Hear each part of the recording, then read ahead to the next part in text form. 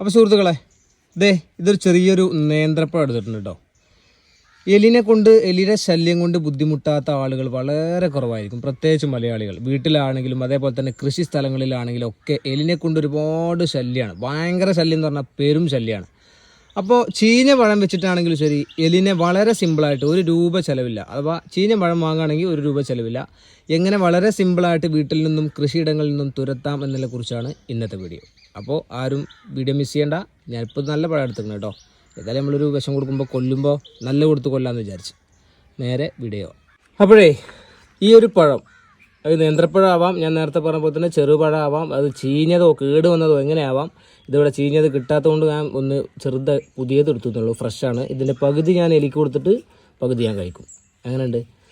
പിന്നെ നമുക്ക് ആവശ്യമുള്ള സാധനമാണ് നമ്മൾ പാത്രം കഴുകുന്ന സ്ക്രബ്ബർ ഉണ്ടല്ലോ. ഈ അഥവാ പച്ച മലയാളത്തിൽ പറഞ്ഞാണെന്നുണ്ടെങ്കിൽ ഇതിന് പറയാം ഇരുമ്പ് കമ്പിയോ, കമ്പിച്ചകരി. അതിങ്ങനെ ചെറുതായിട്ട് ഇങ്ങനെ അരിഞ്ഞു കൊടുക്കുക. തെറിക്കും, കണ്ണുക്കൊക്കെ തെറിക്കണം, നല്ല ശ്രദ്ധിക്കണം കേട്ടോ.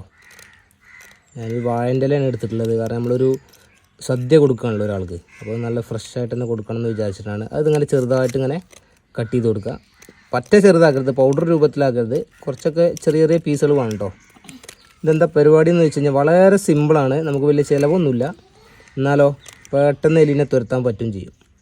ഭയങ്കര അടിപൊളിയായിട്ടുള്ള സംഭവമാണ്. ഓക്കെ, നമ്മളിതിവിടെ ഈ സ്ക്രബ്ബർ ഇങ്ങനെ കുനുകുനാന്ന് അരിഞ്ഞിട്ടിട്ടുണ്ടോ, നല്ല ചെറുതായിട്ട് അരിഞ്ഞിട്ടുണ്ട്, ബാലൻസ് ഇവിടെ വെച്ചിട്ടുണ്ട്.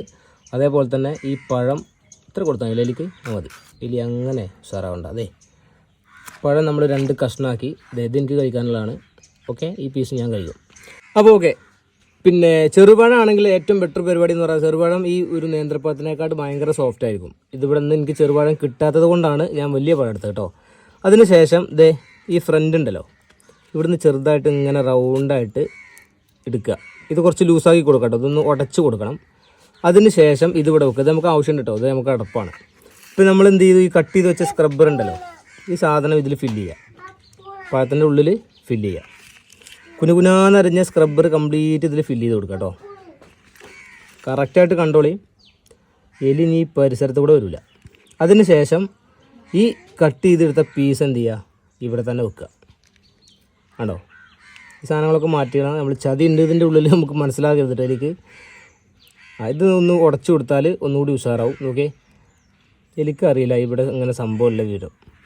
ഇതാണോ, ഇത് ഇങ്ങനെ ആയതിൻ്റെ ശേഷം എലി വരുന്ന എവിടെയെങ്കിലും സ്ഥലത്ത് എന്ത് ചെയ്യുക, വളരെ ഭദ്രമായിട്ട് ഇതെങ്ങനെയാണ് കൊണ്ടുവച്ചാൽ മതി. അടുക്കളയിലോ അല്ലെങ്കിൽ എവിടെയാണോ എലി ശല്യം വരുന്നത് വെച്ചാൽ ഇതേപോലെ ചെയ്യാം. ഇത് പഴത്തിൽ ചെയ്യാം, അതേപോലെ തന്നെ പച്ചക്കറിയിൽ ചെയ്യാം, വെജിറ്റബിളും കാര്യങ്ങളൊക്കെ ഉപയോഗിച്ച് ചെയ്യാം. കാരണം എന്താണെന്ന് വെച്ച് കഴിഞ്ഞാൽ ഈ സ്ക്രബ്ബറിൻ്റെ ചെറിയ പീസ് ഉണ്ടല്ലോ, അത്യാവശ്യം കുഴപ്പമില്ലാത്ത ചെറിയൊരു പീസ് എലിയുടെ വയറ്റിൽ കുടുങ്ങിക്കഴിഞ്ഞാൽ എലി എവിടെയെങ്കിലുമൊക്കെ പോയിട്ട് ചത്തോളും.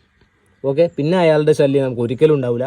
അപ്പോൾ ഒരു പഴം, ചെറിയ പഴമോ വലിയ പഴമോ ഏതോ എടുത്തിട്ട് ഇതേപോലെ ഇതിനുള്ളിൽ ഇപ്പോൾ നമ്മൾ നേരത്തെ കണ്ടല്ലോ കംപ്ലീറ്റ് സാധനങ്ങൾ അടിച്ച് കയറ്റിക്കുകയാണ്. ഇത് വന്നിട്ട് വളരെ ഉഷാറായിട്ട് കഴിക്കും. അതിൻ്റെ അടിയിൽ ഈ 1-2 പീസ് എലിയുടെ വയറ്റിൽ പോവും, എവിടെയെങ്കിലൊക്കെ പോയിട്ട് എന്ത് ചെയ്യും, ആൾ വഫാത്താവും. ഓക്കെ, അപ്പോൾ അതിൽ പ്രത്യേകം ശ്രദ്ധിക്കേണ്ട വിഷയം എന്താണെന്ന് വെച്ച് കഴിഞ്ഞാൽ, ഓഫീസുകളൊക്കെ ഉള്ള ആളുകളാണെങ്കിലേ എലി ചത്ത ഇടം കണ്ടുപിടിക്കുക. അപ്പോൾ സീലിങ്ങിൻ്റെ ഒക്കെ മേലെ പോയി കഴിഞ്ഞാൽ അത് പണിവാളും. അപ്പോൾ അതൊക്കെ വളരെ ശ്രദ്ധിക്കുക.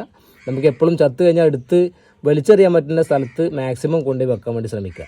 പിന്നെ എലി ചാകുക എവിടെയെന്ന് പറയാൻ പറ്റില്ലല്ലോ.